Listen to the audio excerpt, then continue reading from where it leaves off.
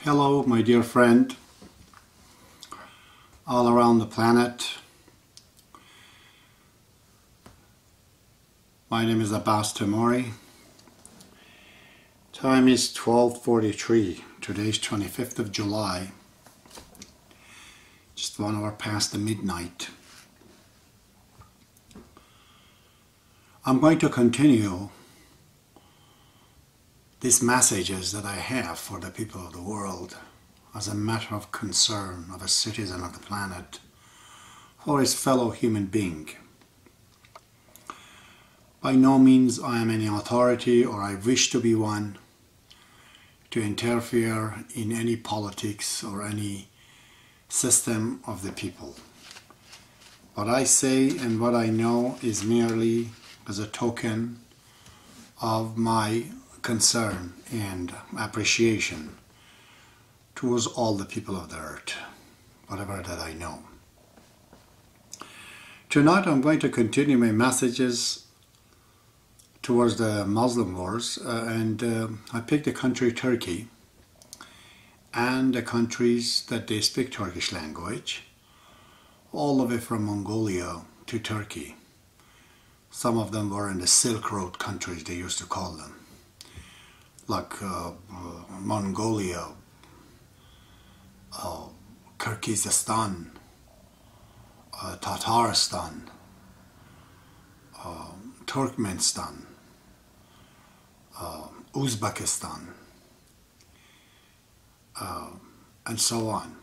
Comes right down, even Tajikistan, which are not exactly Turkish people, but and goes all the way right down to the Caspian Sea, comes to Iran and goes to Azerbaijan and Turkey.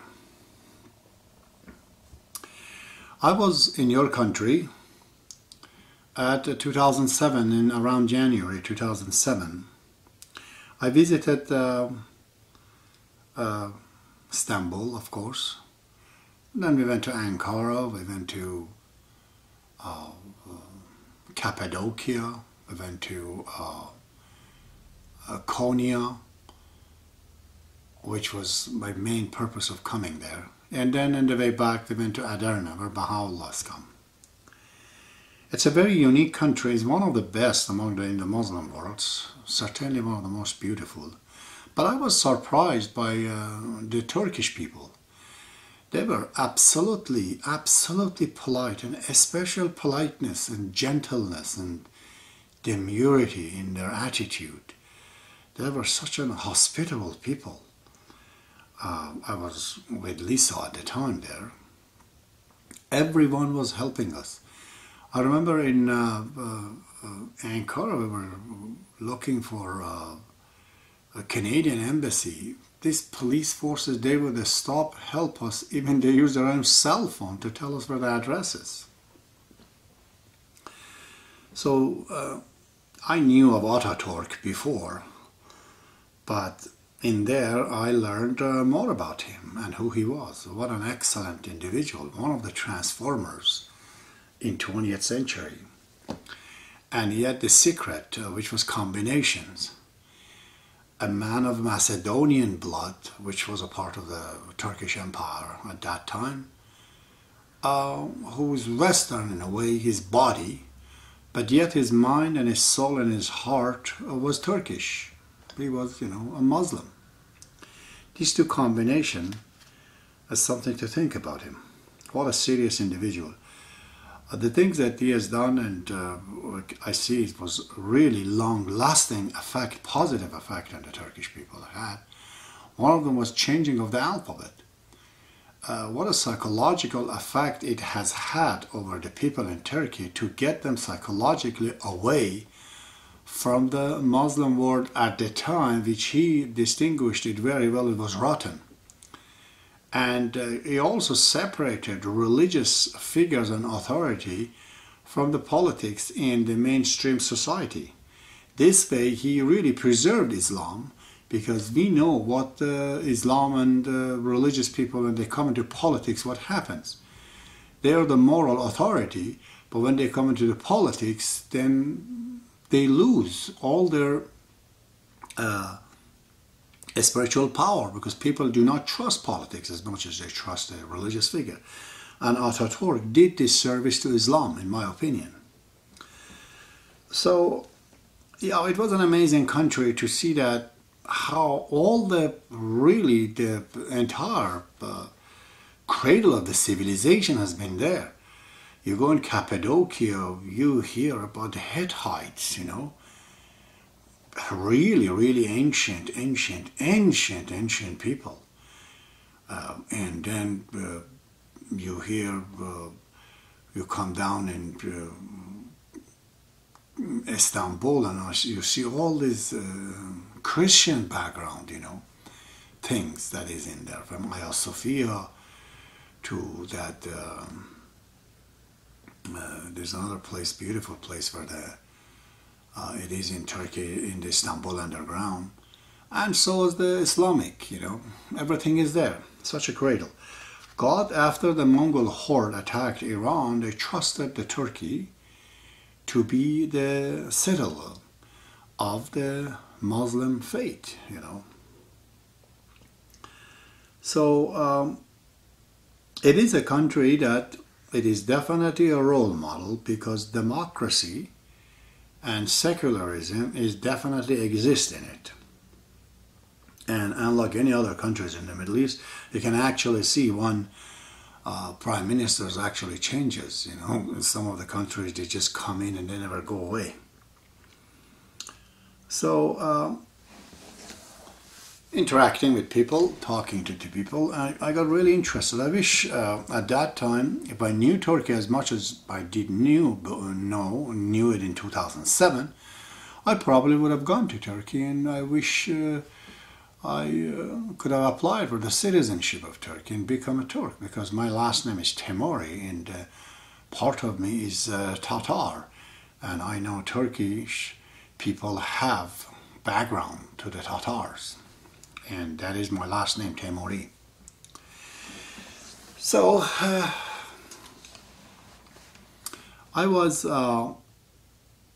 remember one night in Istanbul. We came from the place that we rented it. We went to a laundromat. There was the youngest students was there, university students, and we had some kind of conversation with him. And he said, "You are from Canada. What is the difference between Canada and Turkey?"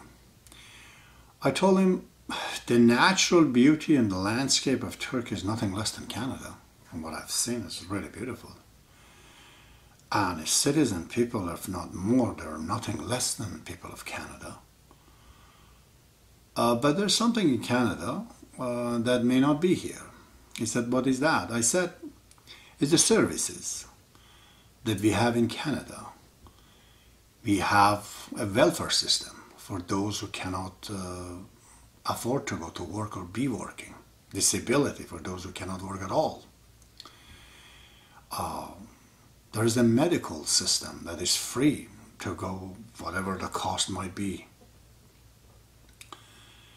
And so many other things. That is not, I said that in Turkey, although it's better than some other countries that I can think of. But I said, I also see something else that's not in Turkey. And that is in Canada. He said, "What?" I said, "The taxes. In Canada, people pay a lot of taxes. We pay income tax. We pay, you know, goods and services tax. Even our houses are taxed. City tax, province tax. There's tax. When government collect taxes, of course, they have money to spend for the people." I said that in Turkey, I do not see these things. He said, "Well, if you talk this kind of words in Turkey, people might misunderstand you for you be a communist." I said it might be so, but in Canada we are not communist. We're a free society, we believe even in God, all kind of religions. But we have all these social services, better than any other countries that I know. And you do not need to be communist, to be branded as communist. He said, well, the capitalists in this country, they don't want to hear taxes. They don't like to pay, taxes. I said, yeah, I went to Bosphorus, which is the waterway, between the part of the city of Istanbul, between the European part and the Asian part. There's this water, ways. Beautiful. We went there on the Bosphorus to one of those ferries, and a gentleman standing in there, he wants 20 lire, which is close to $20 Canadians. And literally I saw 100, 200 people got in there. And he does 7, 8 of them probably every day. I counted, he got probably $2,000 to $3,000 cash in his pocket. There's no record of this money that he made. There's no taxes. Because people don't want to pay taxes.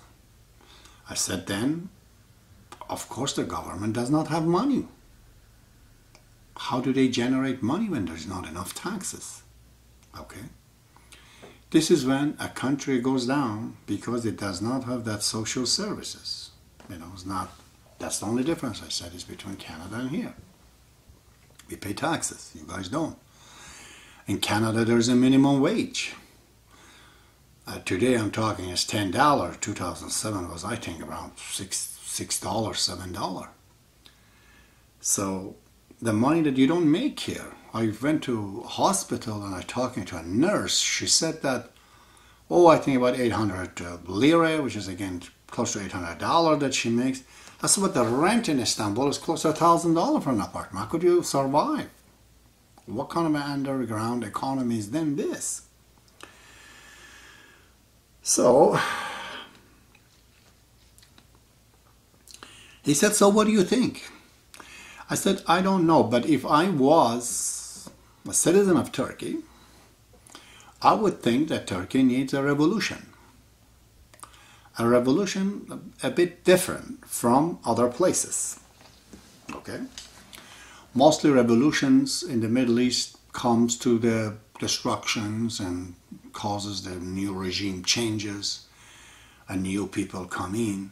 And 90% of the time, this revolution gets hijacked by some other specialty groups.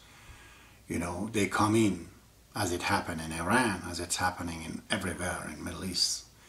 We Muslims are very bad for that matter. Of course, I'm not a Muslim, I'm a Baha'i, but we people in the Middle East, especially Muslims, are bad for having notorious governments. Virtually, there's no good government that people are happy with them.